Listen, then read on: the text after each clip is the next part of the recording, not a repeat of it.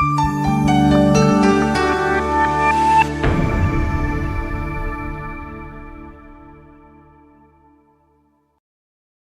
we're going to talk about the time labor import part of the process payroll menu. So today we're going to go ahead and take a look at that. We're going to go ahead and click on our icon. It's going to direct us directly out to our time and labor import tool. Within this time and labor import tool, we have a couple of options as we move forward. We start from the left, import and calculate. For assign, we're going to go ahead and select the payroll company that we're going to import. You can have as many companies as you need, but just to choose the one that you're going to be using that day. We're going to enter our period ending date. Today we're going to use today's date, and this date is also the date that's going to be used when we calculate payroll. So all of our time cards need to have this same period ending date.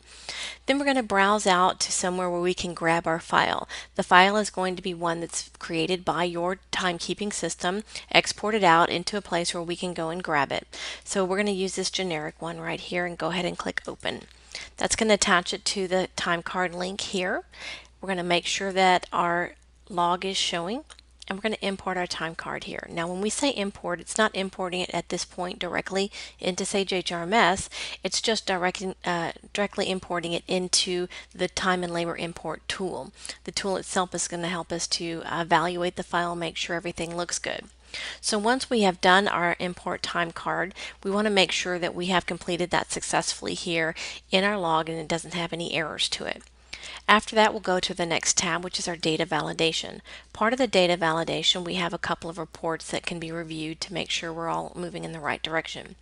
The time card detail report, this is going to be a detail of all the information that was on the time card import and as it moves into our system. The employee's ID, the date, the code, any type of distribution that's going to be there, hours, amounts, and the period ending, along with a total for each employee, and then a total for the entire payroll.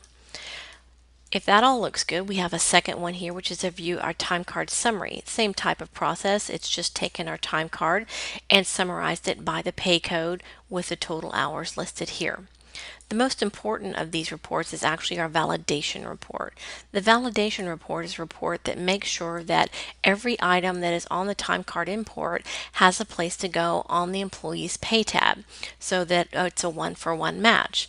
If we do get a validation error on our report here, what it's indicating is that any employee that is listed on this report, their time card will not flow over into the Sage HRMS. So we want to kind of clear out as much of this information, if not all of it, as possible. In this indication, each one of the line items is going to give us some information about what the error is. The employee ID, the employee's name, the pay code that is in question, and then over here on the right that's going to give us a message indicating in this case the earnings code is missing from the employee pay screen or the pay code is invalid. So what we want to do is going to go out from here to the employee and take a look at that.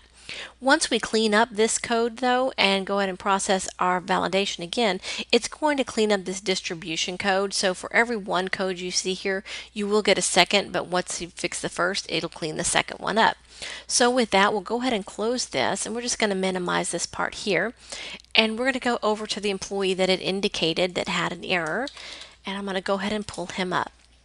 Now the error indicated that he had an issue on his pay screen. So we're going to go into payroll, employee payroll, and his pay screen. And here is his earnings codes here. So the code it was referring to was 1020, which is a holiday code.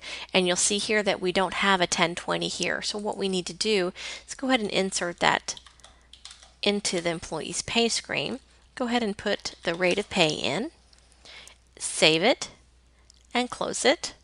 And now we can go back out to our time and labor import here, come back over here, and we're going to go ahead and re-import the information again. We've gotten no errors. And let's check that validation here and make sure that it is empty. And it is, which means that we did clean that up and everybody's going to move over just fine. So I'm going to go ahead and close that. So once we've taken a look at everything here, our next step is to actually post that information. Again, we want to make sure we've chosen the right company and go ahead and post to Sage HRMS. Check your log, make sure nothing has come back in error. And then with that, we're going to scooch right on over here to payroll. And we'll open the time card list, and inside the time card list is our import. Now the reason we know it's import is when it comes in, it's going to give us that IMP and it's going to assign it a number.